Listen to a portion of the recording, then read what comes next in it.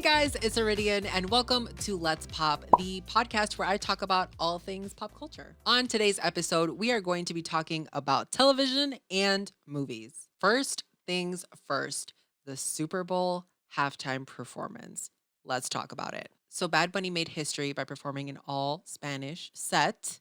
Shout outs to you, Benito. Love to see that. And of course, this is right after the hype of him winning Album of the Year, which historic because it's the first album, all Spanish album to win that award. I do have a more in-depth reaction on my YouTube channel. I watch the show and I just kind of point out some things. I give you my thoughts, my full thoughts on the performance. So go and check that out. Right now, I'm just going to be kind of skimming through what my thoughts are. But if you want a more in depth reaction, definitely go and check out that video.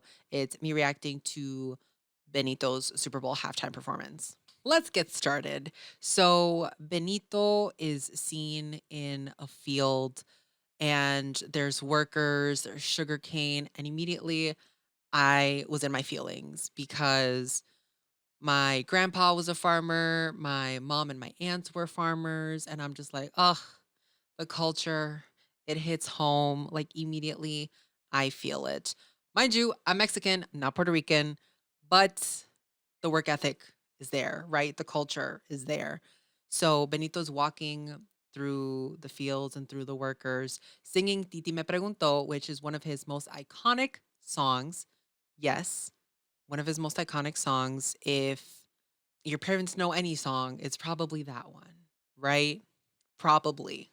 And while he's walking through the workers, you see boxers, you see a taco stand, you see a couple getting engaged, which they actually did get engaged. And I thought that was beautiful. At first, I thought that couple was the same couple that was getting married. No, different couples. One couple got engaged, another couple got married. How does that happen? What Craigslist ad was that on? Nobody's ever going to top that. You got engaged at the Super Bowl halftime show with Benito performing. You got married and Lady Gaga was your singer and Benito was your singer. Insane. Insane. I thought that performance was just so heartwarming, so full of community, so full of love. And the two surprises being Ricky Martin, which I know all the mamas loved. On TikTok, the mamas were passing out, okay? Which is a complete 180 from what like the younger generation was feeling because the younger people thought it was J Balvin at first, which do you guys know what J Balvin looks like? Because J Balvin does not look like Ricky Martin. That's just me. That's just me. I knew it was Ricky Martin. I loved his performance. I love that he was singing. Don't let what happened to Hawaii happen to Puerto Rico. It was just great. It was great. And then Lady Gaga singing a little salsa version. She had a little shimmy. Her arms were up there and she shook the dress. Oh my God. Lady Gaga, stunning. And then she had the blue flower from Puerto Rico. No notes. No notes. He said, God bless America. He was labeling all of the Latin countries. He even mentioned Canada. Canada. We're all the Americas. Mexico, Canada, United States, North America. And then you have South America. I feel like a lot of people don't know geography. I don't know geography, but a lot of people don't know geography. There's a difference. There is a difference. I loved the choreography. I thought it was really creative that he had people dressed up as grass, something that I thought was really cool for his performance of Apagon. He had dancers on light posts, and he also went up there, no harness, doing his own stunts. We love a stunt man. And them experiencing a power outage to bring attention to the fact that Puerto Rico has a lot of power outages, and that power grid is an issue, and the United States has still not helped. Even though we've claimed Puerto Rico, we have not claimed its problems. Isn't that the way it goes? A hot mess, USA. Talk about being united. Not really. But I saw so many videos on social media of people having parties for this halftime show. And I know they say right now it's the most watched at about 138 million views, I believe, but it's way more than that. And I know it's like that for other Super Bowls as well, but you had 50 people watching on one screen. You had bars watching on one screen, specifically for Bad Bunny. I did not care for either team. I wanted to watch the halftime show. Halftime show, commercials, then the game. That's the order that it was for me. But I'm going to be talking about this halftime show forever. I thought it was so beautiful and I felt so connected and I felt so seen through his performance, through the music. And even if you didn't speak Spanish, I've seen so many people just vibe to it, just appreciate the emotions that they felt through the screen. And I have no notes for Benito. I'm so excited. I'm so excited for what's next for him in his career.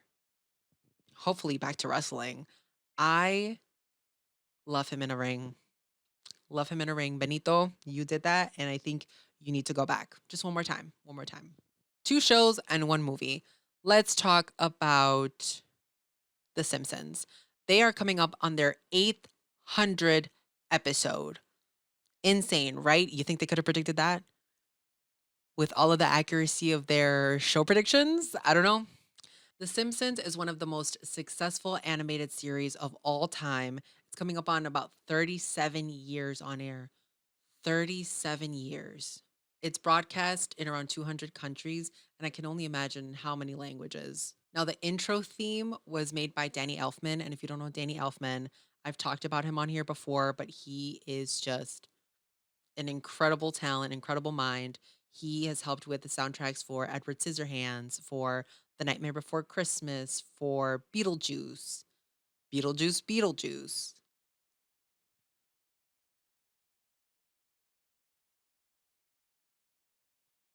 Nothing happened.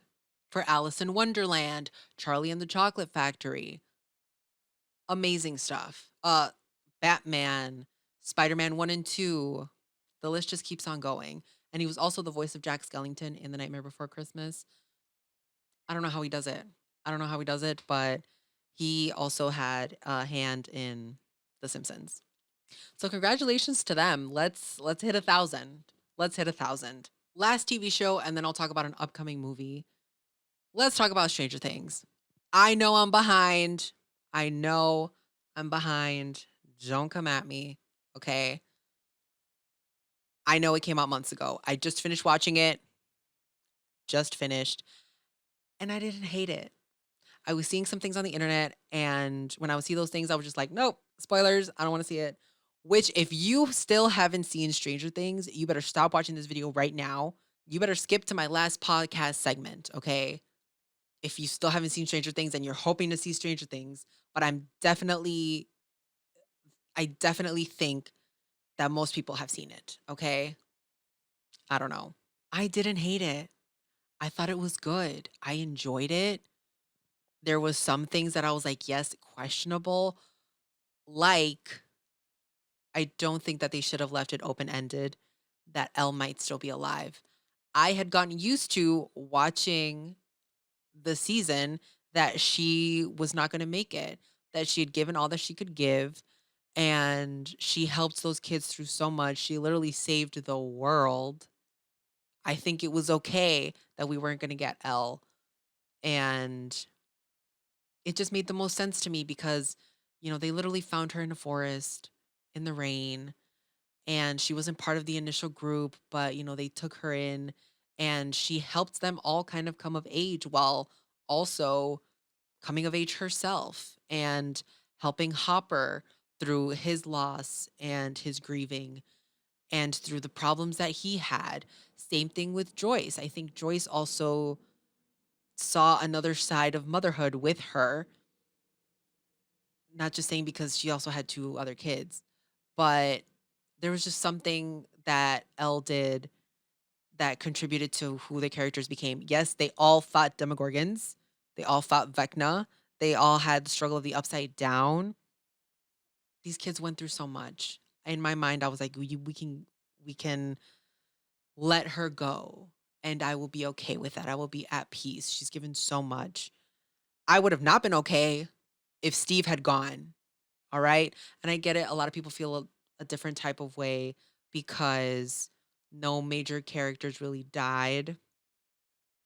To me, it's whatever. I've seen plenty of other shows where I've had too many characters that I love not make it. The Walking Dead. I'm never going to forgive you for some of those. The Walking Dead. But I enjoyed it. Yes, would I have done some things differently? Sure. But that's life, guys. All right. Suck it up. I don't mean that. I'm sorry. A lot of people have their own feelings, and I believe conformity gates people were talking about. My friend told me not to look at that if I thought the season was okay. He said, if you want to be mad, then look that up. I don't want to be mad. I like to enjoy things. And because I enjoyed Stranger Things, I'm not going to ruin my experience that I had while I had a good one. I'm not ruining it for me. I'm so sorry. Let me know what you thought. I want to have discussions. I want to have discussions with people on Stranger Things. Put your comments down below. Final thing, okay? Movie that I'm looking forward to. It's not coming out until 2 years, but in 2028, we can look forward to The Mummy. Yes, you heard me right. Brendan Fraser is returning along with his co star, Rachel Weisz, to reprise their roles. I'm so excited. I'm so excited. Universal is handling the project, and they said 2028 is the year that it's coming out. I believe it's going to be summer ish. Summer ish. Let me look at my computer. Hold, please. Not my laptop. Oh my God, not my laptop and my computer. Yes, Rachel Weisz is returning, and they're going to be reprising their roles of Rick and Evelyn O'Connell. 10 out of 10. Mind you, this movie made about $180 billion, dollars, this franchise. I can't wait to see what's next. I really can't. I wonder what the story is going to be. I'm guessing it's just going to be a continuation of where they left off last time. But you never know. You never know. And I'm excited. I love Brendan Fraser. If you haven't seen George of the Jungle, you need to go watch that immediately. If you haven't seen Monkey Bone, I love Monkey Bone. Brendan Fraser's an icon there, okay? And The Mummy. Go watch The Mummy, and then you'll be ready for this. What other Brendan Fraser movies do people love? The Walrus? I don't think that's the name. Hold on. Hold on. Brendan Fraser movies. It's not called The Walrus. Hold on.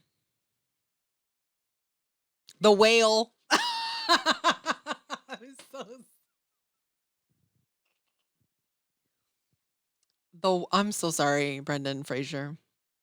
It's called The Whale, not The Walrus. Oh my goodness. What else was he in? He's in a lot of movies. Hold on. Oh my God. Okay, this keeps on going. Look at the list of all these movies. Hold on, let me read some off to you. George of the Jungle. Gods and Monsters, The Mummy. Dudley Do Right, Sinbad. Monkey Bone. That's a good one. That's one of my favorites. Looney Tunes. Was he in Looney Tunes? Crash, Last Time. Journey to the Center of the Earth. I heard that one was good. I didn't watch that one. So sorry. G.I. Joe, Furry Vengeance, A Case of You, Extraordinary Measures, Breakout, Nut Job. I have seen Nut Job, the animated movie. Thought that was pretty good. The Whale, not the Walrus, guys. Not to be confused. Oh, and he came out with one last year, Rental Family. I'm going to see that. Brendan Fraser, shout outs to you, sir.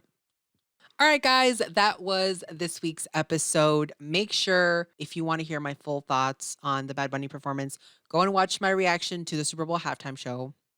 It's up on my channel. Go check it out. And let me know what you guys thought about Stranger Things. What do you think about The Simpsons? What do you think about Brendan Fraser coming back to our screens for The Mummy? Let me know. And I will see you guys next week. Bye.